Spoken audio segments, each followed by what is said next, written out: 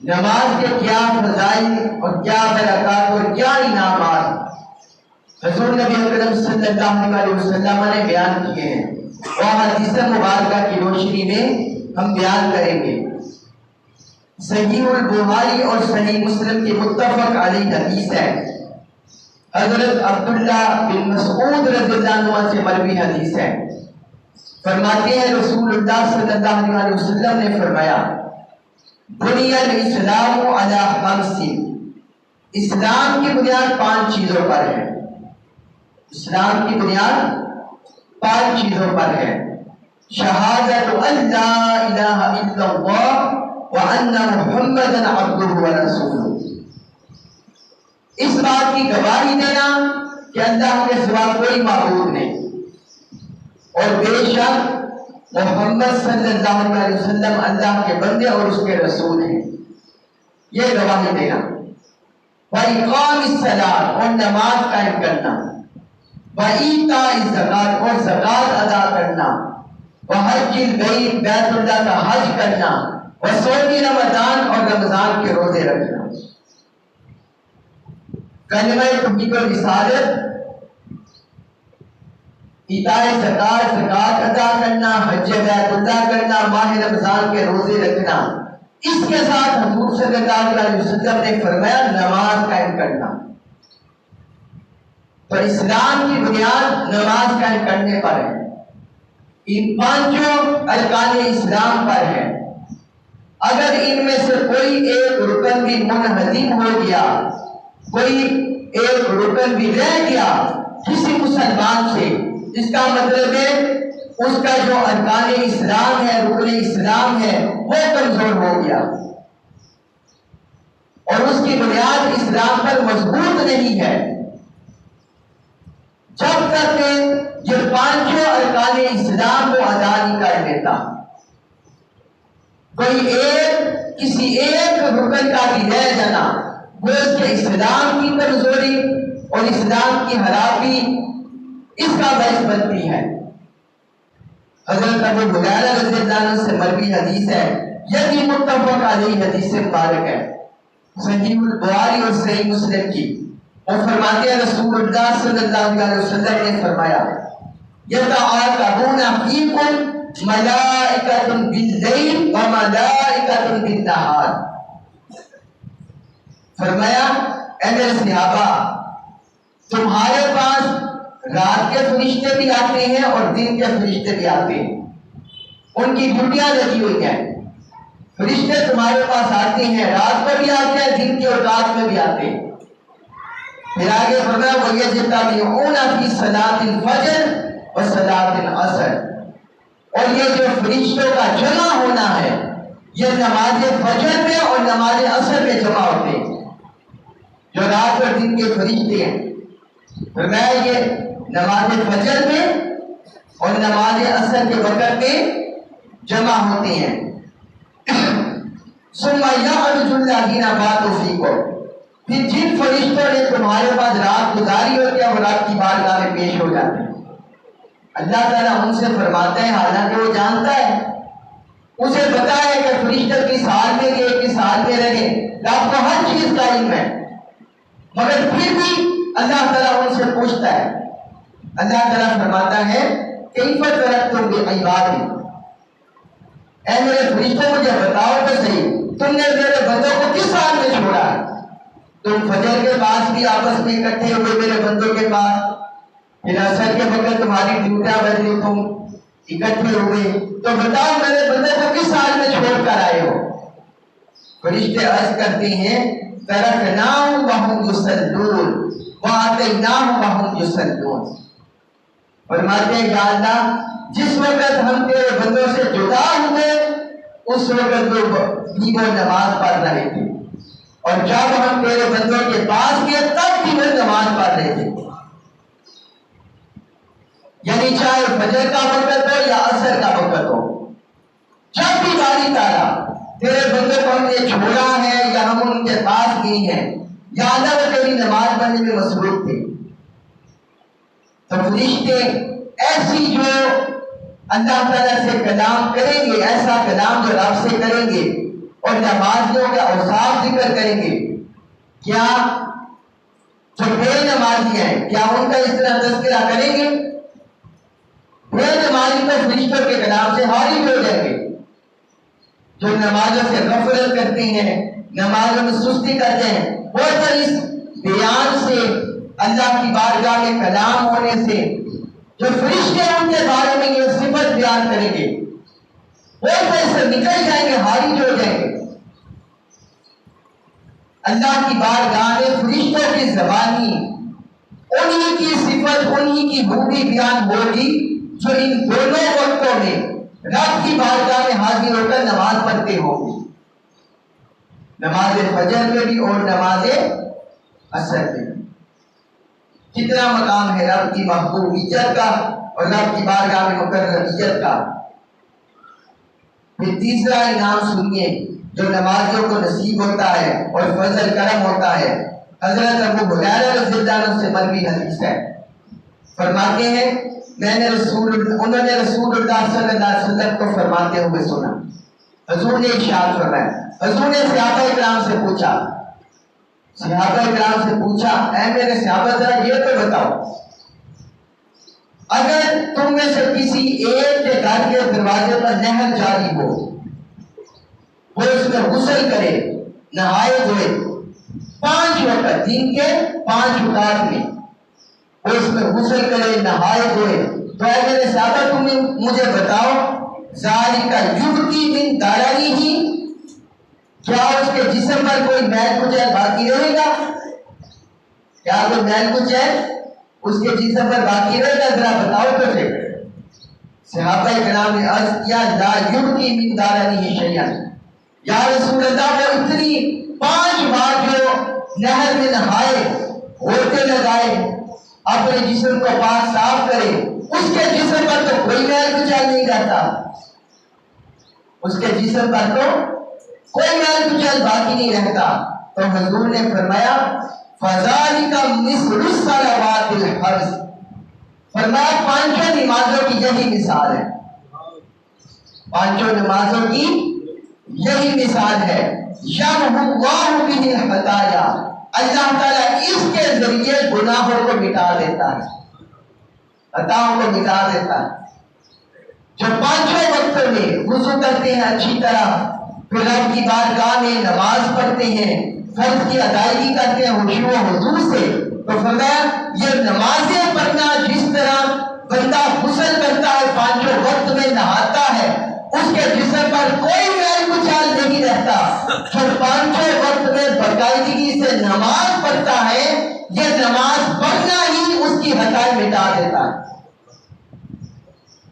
اس کی خطائیں مٹا دیتا ہے. پھر ایک حدیث مبارک سنیے، یہ حضرت ابو ذر غفاری رضی اللہ عنہ سے مروی حدیث ہے، اور جو پچھلی حدیث آپ کو سنائی وہ بھی صحیح البخاری صحیح مسلم کے متفق علیہ حدیث تھی، اور یہ مسند احمد بن حنبل میں حدیث ہے. حضرت ابو ذر غفاری رضی اللہ عنہ بیان کرتے ہیں کہ حضور صلی اللہ علیہ وسلم سردی کے موسم میں باہر تشریف لے گئے، باہر آپ تشریف لے گئے باغ کی طرف، والبرق یتہافت، اور درخت کے پتے اس وقت گر رہے تھے. سردی کے موسم میں پتے گرنا شروع ہو جاتے ہیں نا، موسم خزاں میں اور سردی میں پتے گرتے ہیں، تو پتے گر رہے تھے. فآخذ بغصنین من شجرۃ، حضور نے ایک طرف کی 2 ٹہنیوں کو پکڑا، اسے ہلایا، فجعل ذلک الورق یتہافت، تو درخت کے پتے گرنے لگے، ان ٹہنیوں سے پتے گرنے لگے، جھڑنے لگے ان ٹہنیوں سے. تو آقا علیہ السلام نے فرمایا اے ابو ذر، انہوں نے عرض کیا لبیک یا رسول اللہ، یا رسول اللہ غلام حاضر ہے. فرمایا کیا حکم ہے؟ حضور نے فرمایا ان العبد المسلم لا يصلي الصلاة يريد بها وجه اللہ، فرمایا اللہ کا کوئی بندہ، مسلمان بندہ، وہ نماز پڑھتا ہے کسی اور کے لیے نہیں، یرید بہا وجہ اللہ، وہ اللہ کی رضا چاہتا ہے،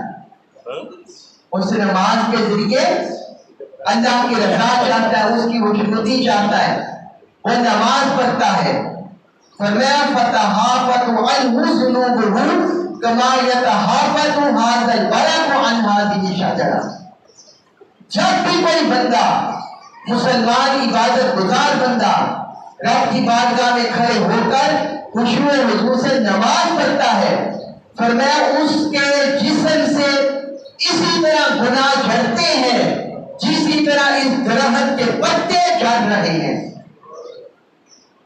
جس طرح اس درخت کے پتے جھڑ رہے ہیں۔ شرط بیان کرتی کہ وہ اللہ کی خوشنودی کے لیے، اس کی رضا کے لیے نماز پڑھے، بس یہ شرط رکھتی خشوع و خضوع سے نماز ادا کرے۔ فرمایا اس سے گناہ اس طرح جھڑتے ہیں جس طرح اس درخت کے پتے جھڑ رہے ہیں، کہ پتے جھڑتے جاتے ہیں جو بندہ نماز پڑھتا جاتا ہے، اسی طرح اس سے پتے جھڑتے چلے جاتے ہیں۔ یہ تیسرا انعام اور فضیلت ذکر کی۔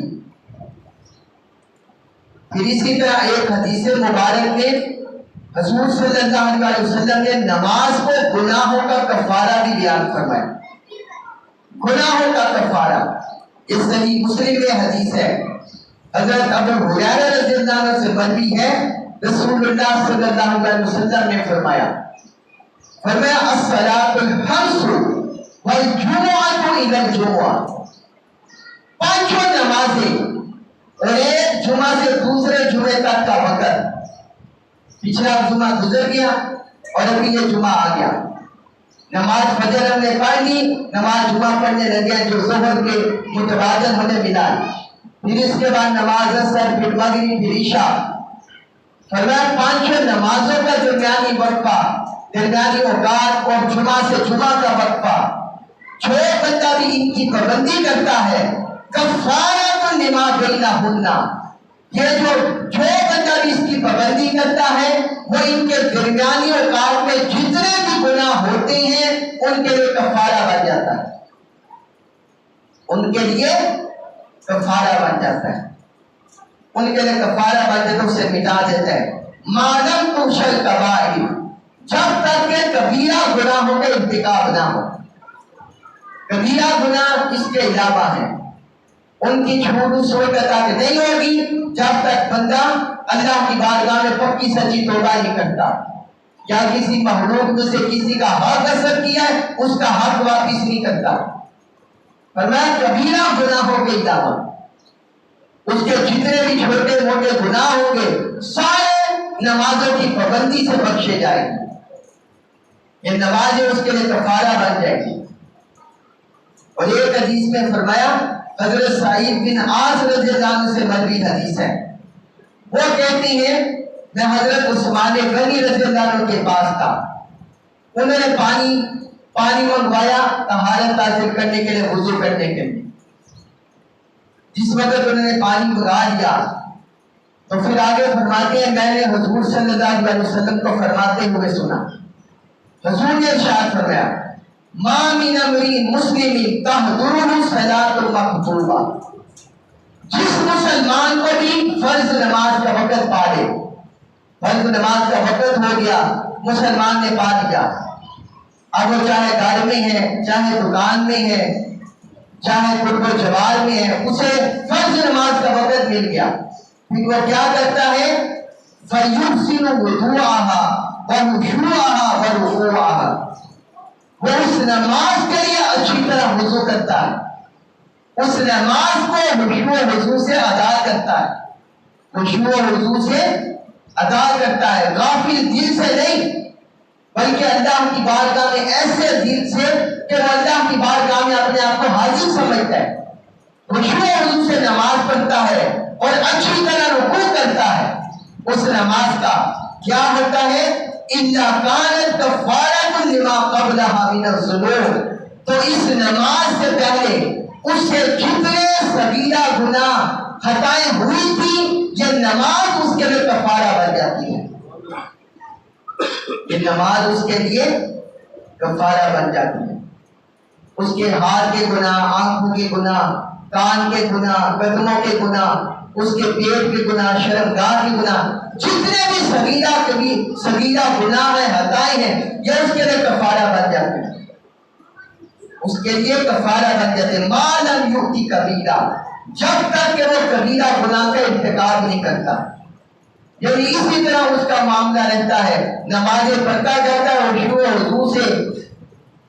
اچھی طرح وضو کرتا ہے، خشوع و خضوع سے نماز پڑھتا ہے، رکوع اچھی طرح ادا کرتا ہے، تو یہ نمازیں اس کے لیے کفارے ضرور بنتی چلی جاتی ہیں، جب تک کہ وہ کبیرہ گناہ نہیں کرتا۔ وذالک طہر کلہ، اور فرمایا اسی طرح اس کا حال جاری رہتا ہے، سارے زمانہ، ہر وقت، ہر حال اس کا یہی حال رہتا ہے، اس کے گناہ مٹتے چلے جاتے ہیں۔ یہ بھی صحیح مسلم کی حدیث ہے، یہ بھی کون سی حدیث ہے؟ صحیح مسلم کی۔ تو یہ انعام بھی ملتا ہے نماز پڑھنے سے۔ پھر ایک اور بڑی ایمان افروز حدیث مبارک سنیے، صحیح البخاری اور صحیح مسلم کے متفق علیہ حدیث ہے۔ پانچواں انعام سنیے، پانچواں فضیلت، پانچواں کرم آپ کی بارگاہ سے جو نمازی کو نصیب ہوتا ہے۔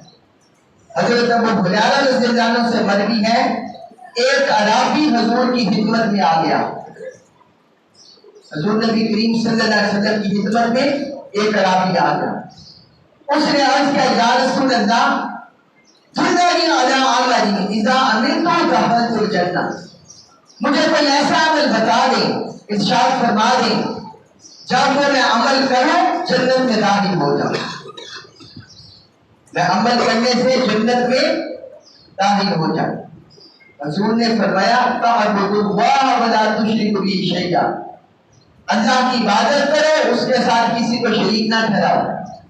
کسی معبود باطل کو بھی شریک نہ ٹھہراؤ اس کے ساتھ۔ اور آگے فرمایا وَتُقِیمُ الصَّلَاةَ الْمَکْتُوبَہ، فرض نماز قائم کرو، فرض نماز قائم کرو، وَتُؤَدِّ الزَّکَاةَ الْمَفْرُوضَہ، فرض زکوٰۃ ادا کرو،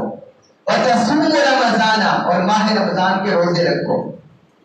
چار چیزیں حضور نے ذکر کی، اللہ کی عبادت، دوسرا نماز قائم کرنا، تیسرا فرض زکوٰۃ ادا کرنا، چوتھا ماہ رمضان کے روزے رکھنا۔ یہ چار چیزیں جب اس شخص نے سنا وہ کہنے لگا والذی نفسی بیدہ لا ازید علی ھذا، وہ کہنے لگا اس ذات کی قسم جس کے قبضے میں میری جان ہے،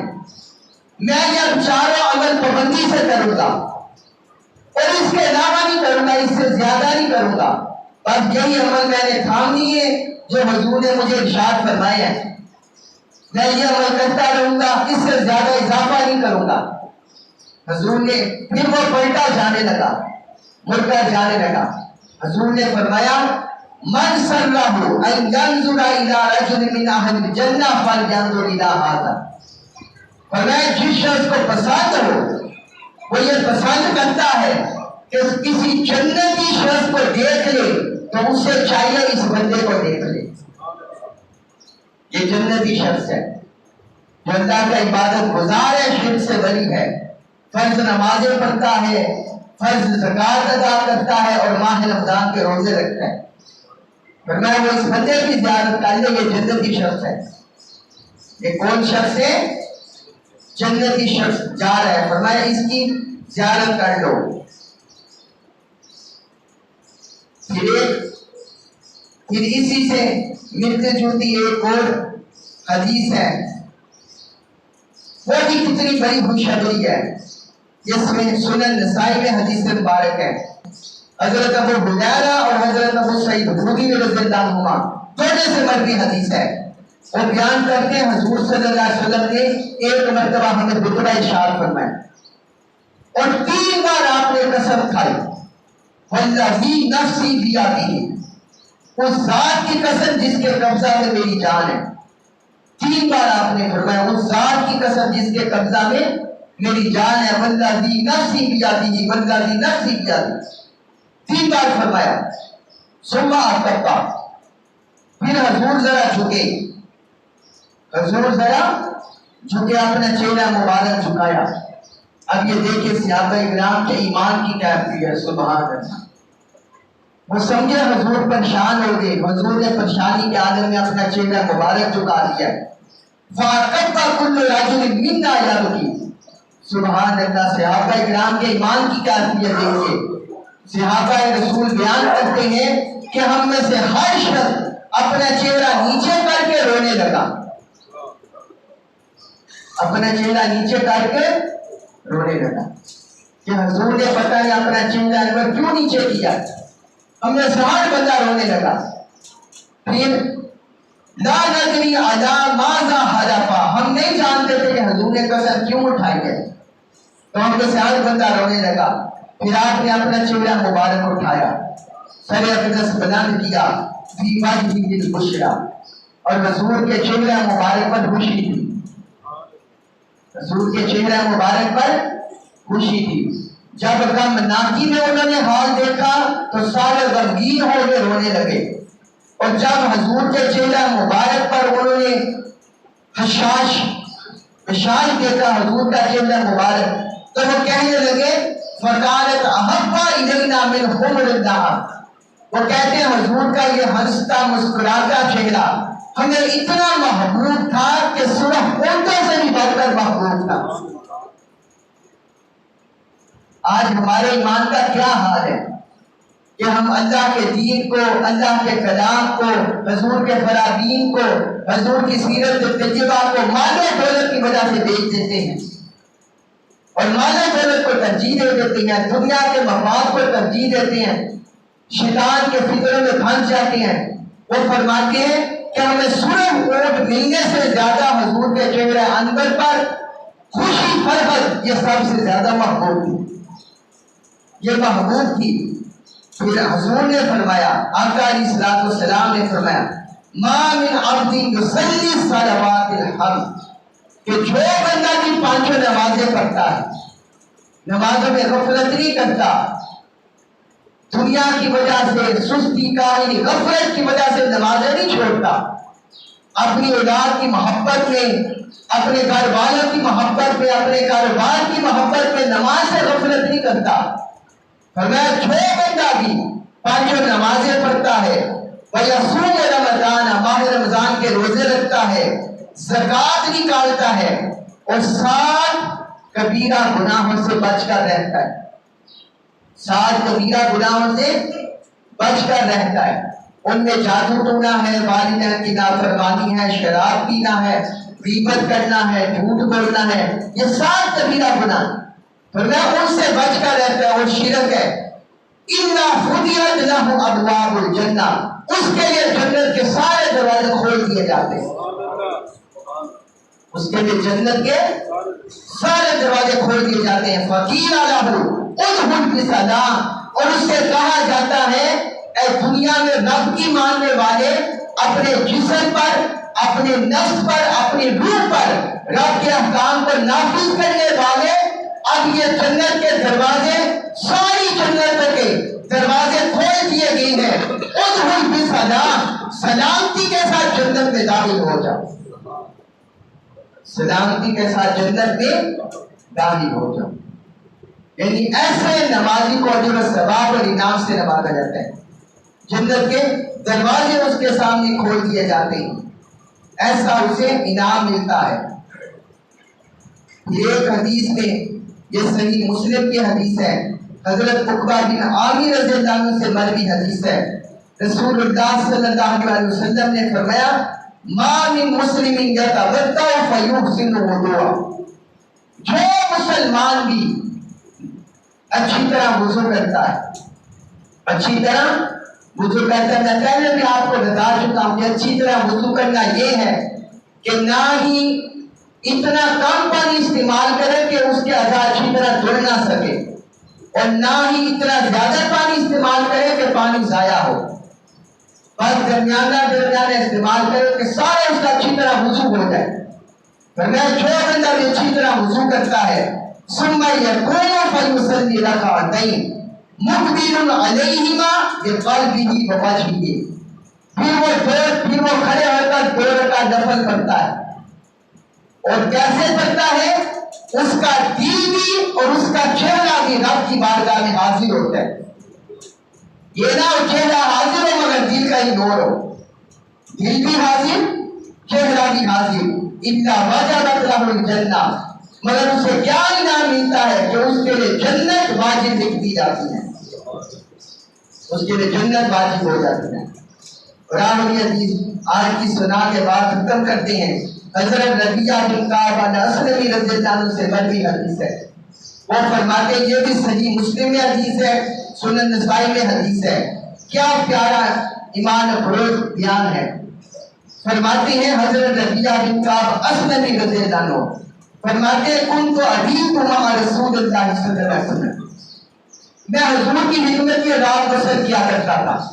رات گزارتا تھا حضور کی خدمت میں، فَأَتَيْتُ بِوَضُوئِهِ وَحَاجَتِهِ، جب بھی حضور کو وضو کے لیے پانی کی ضرورت ہوتی یا رفع حاجت کے لیے پانی کی ضرورت ہوتی، میں وہ لے کر حاضر ہو جاتا، حضور کی خدمت میں حاضر ہو جاتا۔ ایک دن رحمت مصطفیٰ جوش میں آ گئی، کرم مصطفیٰ جوش میں آ گیا، حضور نے فرمایا ربیعہ بڑی خدمت کرتے ہو، بڑے خدمت گار ہو۔ حضور نے ان سے فرمایا سل، اے ربیعہ مانگو کیا مانگتے ہو۔